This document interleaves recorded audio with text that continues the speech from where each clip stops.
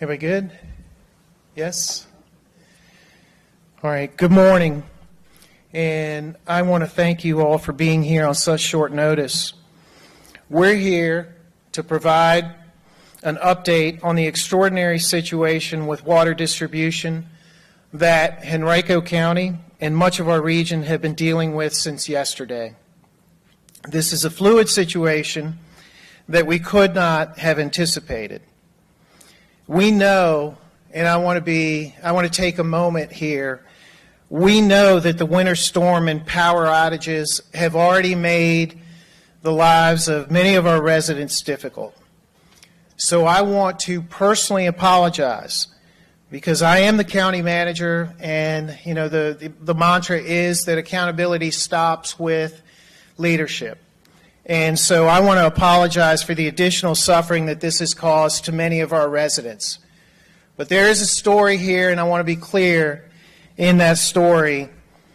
First off, before getting into that, I want to emphasize that our Henrico's water is clean.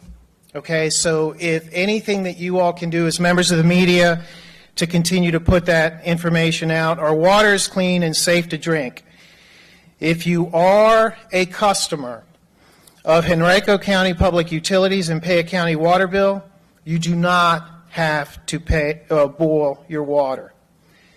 Please know that we're working using all available resources that we have to restore service as soon as possible to all of our residents and businesses. We know there are issues of low and even no water pressure for customers in some areas east of Interstate 95. Now, these issues started actually yesterday with Libby Mill, Willow Lawn, St. Mary's Hospital being impacted. And that is because we all, as a region, share water. And so we are working diligently to restore pressure to everyone as soon as possible. But going back to Libby Mill and Willow Lawn, we had low water pressure in those areas. Glenwood Farms was actually impacted overnight. What we are seeing east of 95 is either low water pressure or no water pressure in many areas. So why did this happen? How did this happen? As a background, these issues arose Monday after the City of Richmond's water treatment plant flooded and lost power. As a result of concerns about contaminated water reaching our customers, the city actually issued a boil water advisory for its customers. Again, remember, we all share water. So the first thing that Henrico County did was shut off all water coming in from the City of Richmond. Where there could have been better communication is the notification that we received from the City of Richmond. It took a number of hours for us to get that information, and we were not able to fill our system as much as we would have liked to have done. That's part of the story and why we are here today. So all water customers in Henrico County are now connected to the county's water treatment plant in the far west end. All of the water in Henrico is coming from Henrico. So as you can imagine, it's not a simple task to move water all the way across the county. Our issues early this morning were further complicated. Remember, we're trying to re-energize a system right after we shut off the feed from the City of Richmond. We didn't have a whole lot of time to do it, but last night, early this morning, we had a water main break in Highland Springs that literally was the straw that broke the camel's back. Again, we couldn't have predicted this, but know that we are dealing with it and using every available resource. So overnight, I had many conversations with the city manager and the county administrators in Chesterfield and Hanover County. A regional incident management team was put in place. I think the mayor may have alluded to it this morning in his press conference. Henrico is going to be declaring a state of local emergency in our county, and what that allows us to do is procure resources, materials, and equipment, and whatever we need quickly, quicker than going through our normal procurement processes. We have established a local incident management team as well that will be working with the other localities in the region. We have created a phone number that residents will be able to call.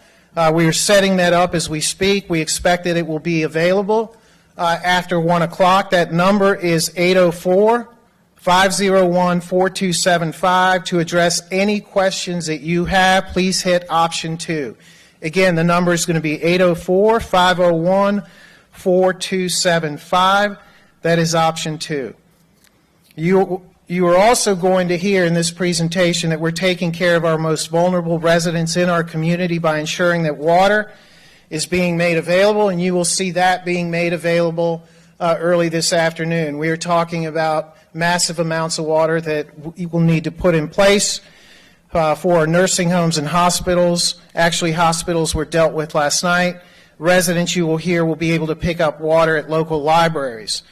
We're taking care of our schools also, as they have been off for 2 days, so we need to make sure that our schools are covered for perhaps an opening tomorrow.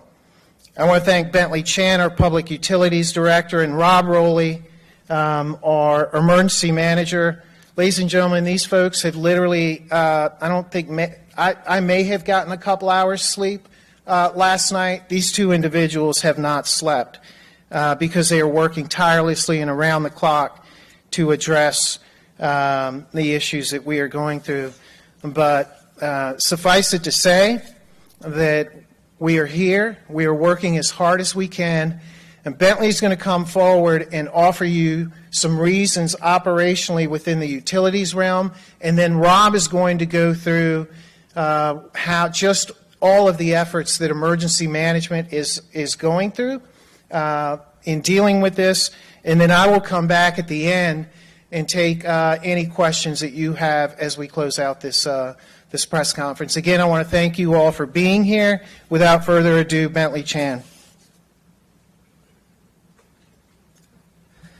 Thank you, Mr. Manager. As the manager said, the county system is interconnected with the city of Richmond system, and so when their water plant shut down and we were notified, we were able to disconnect our feeds that normally serve the central and eastern portions of the county. But without those, we've been working around the clock with our staff to make sure that water produced in the county from the Three Chop facility is moved over to the eastern part of the county to serve residents. Now, late last night, there was a water main break, possibly due to the extreme weather conditions. I am happy to report that we do have staff on site, and they are digging right now to make that repair. So once that repair is done, and we hope that we think that will be done later this afternoon. We also have staff out working to open valves that are normally closed to pull additional water into the system to provide restoration of services to residents in the area. And I do want to reiterate that we do have staff that has been working around the clock to make sure that services are restored to residents. And so as that is happening, we are in close coordination with the City of Richmond on their repairs to their facility. And so the combination of the two should provide like restoration of totally normal services to all residents of the county, but I would expect that at the very least later this afternoon, residents in the eastern part of the county should see like elevated pressure and flow in their system. It may not be totally normal, but it will be more of what they would expect from us. With that, I will turn it over to Rob Rowley. All right. Well, thank you, Bentley. Good morning. So again, priority number one for us is to make sure that our residents have good drinking water throughout the duration of this incident. To that, I'm very happy to report that residents can get water right now if you need it. We have tanker trucks with potable water. To retrieve this water, you will need some kind of a vessel. So bring jugs, containers, anything works that you can put water in. If you need water, we have tankers with potable water at the Government East Center, as well as the East Mental Health Facility. We are also working right now to make sure that we have bottled water for folks who are better served by that. That bottled water will be available at the 4 Eastern libraries, Fairfield, Varina, Sandston, and North Park. It'll be available early this afternoon, and we will have details on social media as soon as that water is available. Again, if you come out for the bottled water, we're going to ask that it's 1 pack per family. And again, if you have questions about any information that I've discussed, again, the phone number for that call center is 804-501-4275, option 2. And we also want folks to know that we are heavily supporting Richmond International Airport with their needs, as well as area hospitals and several other healthcare facilities, so you can feel good getting services in those facilities. That is all I have at this time. So as we close out, I want to personally thank the members of the Board of Supervisors that are here. You have Mr. Nelson from the Varina District, Mr. Cooper from the Fairfield District, Ms. Roundtree from the Three Chop District, and Mr. Rogish from the Tuckahoe District. They're here because they wanted to show their support and their intent to being part of the solution as we go forward. I do want to note and make one thing clear. As Rob noted, we have water coming to the 4 area libraries. Please don't come to the library until we put out the notice that the water is here. So we expect that water to be here early afternoon, and we will continue to replenish as needed throughout the duration of this event for our residents. So with that, I want to thank you all for coming out, and at this point, I'll open up for any questions that you may have as members of the press. I guess I'll start first. I just wanted to maybe get an estimate as to a possible timeline as to how long it's going to take to get water fully restored to the residents in the area. So restoration, right now, we are anticipating for residents east of 95 to see a difference this afternoon. So starting this afternoon, you are going to see, hopefully, more pressure in our system. A number of things have to happen. Number one, that water main break needs to be repaired. We are all over that and currently on that project. I anticipate that'll be done in the next hour or so. And then Bentley and utilities will be able to start pressurizing the system. But the hope is that early this afternoon you will start to see pressure increase. And literally imagine filling a bathtub and spreading that water much wider than a bathtub, because the water that we have in eastern Henrico comes from our water treatment plant that is almost at the Goochland line. So all of that takes time, but there is a solution. We are dealing with a different situation than the city of Richmond has with its water treatment plant. Ours is simply getting enough water out as soon as we can. Yes, sir. Do we know about how many residents are impacted by this main water break and don't have water? I don't have an answer for you, Joel. I know that all of the low and no pressure issues that we are experiencing right now are east of 295, including businesses. I've heard from several in the airport area as well as the White Oak area. Gotcha. You also had mentioned a kind of miscommunication between the county and the city yesterday. Can you just elaborate a little bit more on what that miscommunication was and why that happened? So there's constant communication between localities. In the snow event, for instance, there were all the localities are coordinating, what are you all doing? What do you have out as far as equipment with the city and Henrico actually doing their own roads, conversations about operations, when are you closing, when do you anticipate reopening? So those conversations occur all the time. What was a little unusual about this situation is the duration at which the city understood that it had an issue, and then the call that was ultimately made to public utilities and the region. But quite frankly, you've got we don't know what they were dealing with. So I don't want to be say the city should have notified us quicker. We do have folks that are helping the city with restoring the water treatment plant.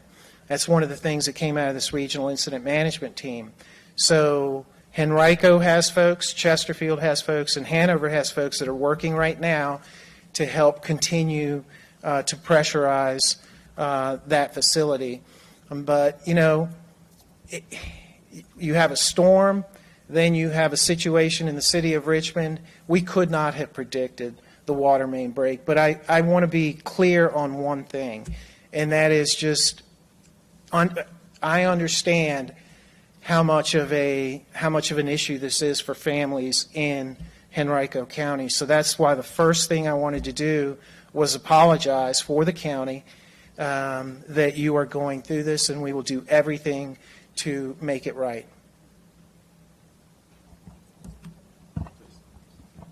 Is there any concern with the snow winter weather that's supposed to be moving through on Saturday? Is that something you guys are currently discussing, I guess, with the issues that are going on right now, and like a backup plan for what might happen with that? So that is anticipated to be a snow event. So by Saturday, we fully expect that we will be behind this water issue. I don't want to speak for the city of Richmond, but it seems like they are making headway. So hopefully, their residents also have clean, drinkable water by then, and then it'll be another snow event that we deal with, and we'll throw every resource that we have at it. Could you maybe go a little bit more in depth about like hospitals, elder care facilities, kind of what that looks like getting water to people, and then if you can go further into schools and what it might take for a school to be fully prepared, or if families maybe need to expect to not be able to go to school? So this is an excellent, so thank you for asking that question, because last night there was an issue with VCU where the emergency room, I think, was not accepting patients. St. Mary's was impacted. The first thing we did with St. Mary's was get them water.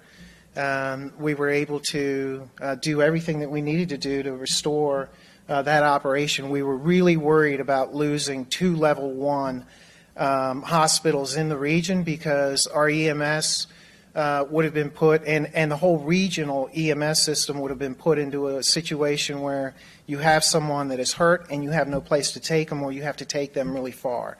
So that was dealt with. We actually, Henrico was able to help VCU with some water as well, as we were doing the St. Mary's dealing with that issue. But the nursing homes, calls are coming in.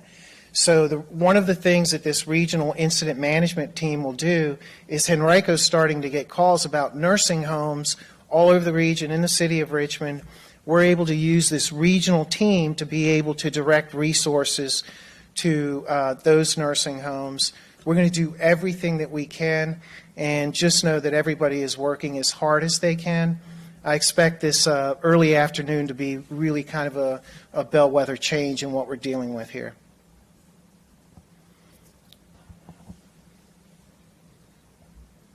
Is there like a threshold that you guys are looking to meet to start sharing water with Richmond again, to open that sort of sharing process up? Or are you going to wait until they're fully online again and everything is restored? Or do you guys have an expectation as to when that might? The expectation is safe, drinkable water. So the city's going to have to go through a process where first they have to get water, right? The water treatment plant working.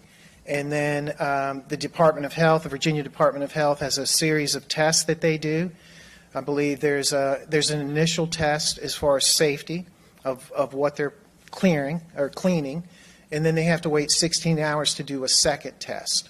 So when they pass that second test, at some point we would begin accepting water back from the city. But you know, the sharing of water in our region is something that goes back many, many years. Henrico County, if you go back far enough, we didn't have a water treatment plant.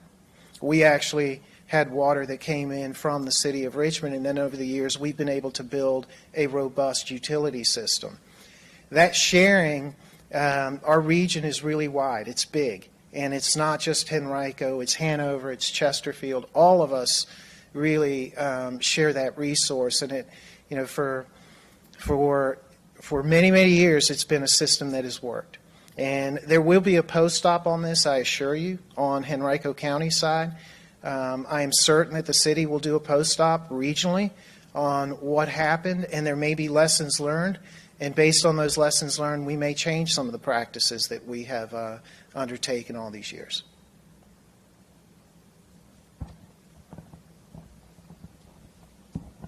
I know you mentioned briefly the airport. I just wanted to get maybe a synopsis or a background as to what kind of issues that they're facing over there. So I just got off the phone literally within the past hour with the executive director of the airport. Rob Rowley has actually been working on that issue, and I'm going to ask you to come forward and speak to just the fact, de-icing and all of everything that's involved. Yes, sir. So like most of this, their problems focus around water.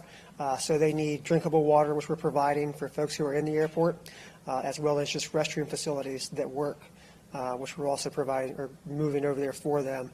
But most importantly, getting them large quantities of non-drinkable water that they are actually using for de-icing operations on their aircraft to make sure that the aircraft can fly safely.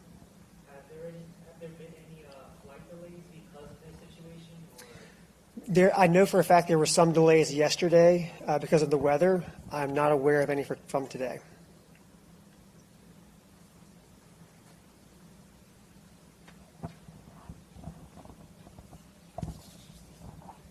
Yes.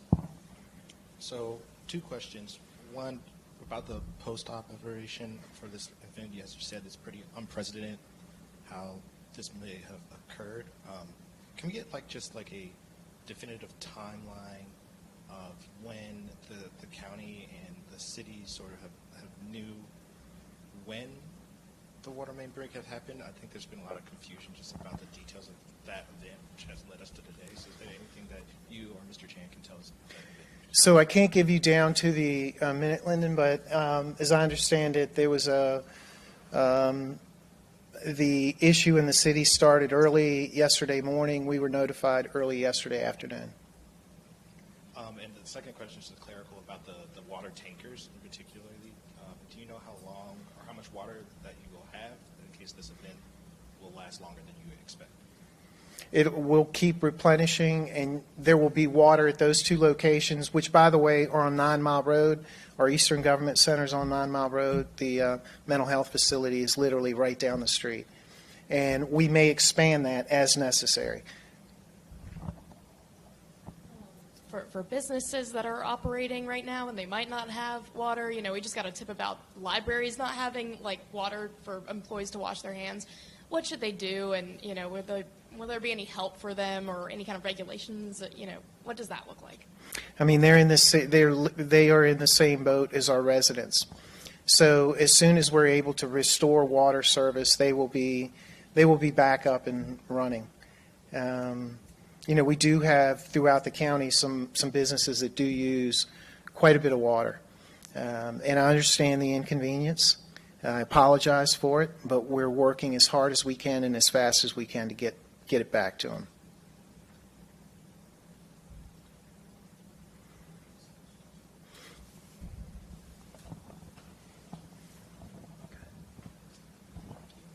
Just going back to the water main break in Ellen Springs, it was mentioned that the weather could have been a reason why that water main break had broke.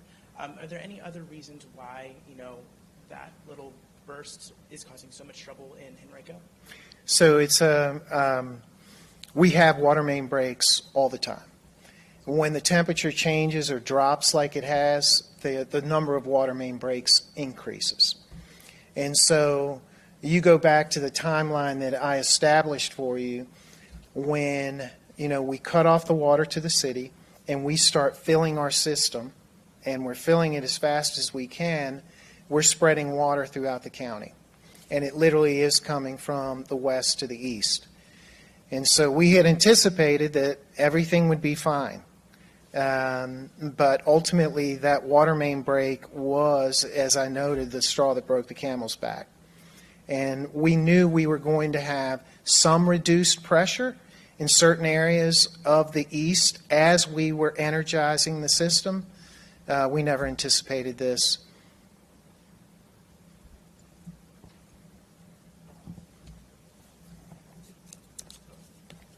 All right, let's go with, is this last question? Anybody else? Okay.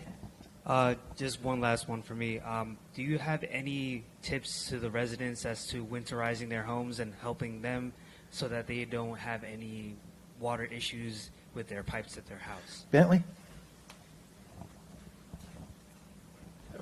Thank you for the question. We actually got it earlier today. And so under normal conditions, we recommend, as most experts recommend, to leave faucets cracked during the winter, so that if water is flowing, that means the less likelihood for freezing. I actually spoke with one of our fire chiefs earlier in this process, and he had an irrigation system that had broken because of freezing pipes.